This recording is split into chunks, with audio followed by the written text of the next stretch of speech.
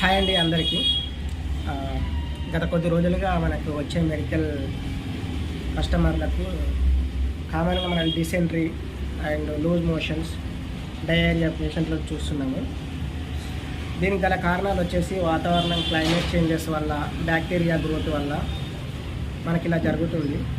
So మనం వీటిని ముందుగానే అవాయిడ్ చేయడానికి కొన్ని వాటిని మనం పాటిస్తే సరిపోతుంది.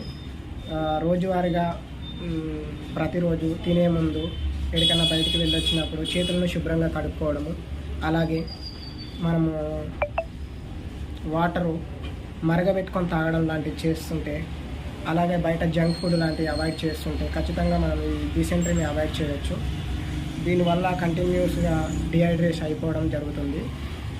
మీ దగ్గరలో మెడికల్ ఉంటే అక్కడికి వెళ్ళి ఎలక్ట్రాల్ పౌడర్ తీసుకొని వాటిని ఇట్లా కొద్దిగా నీళ్ళ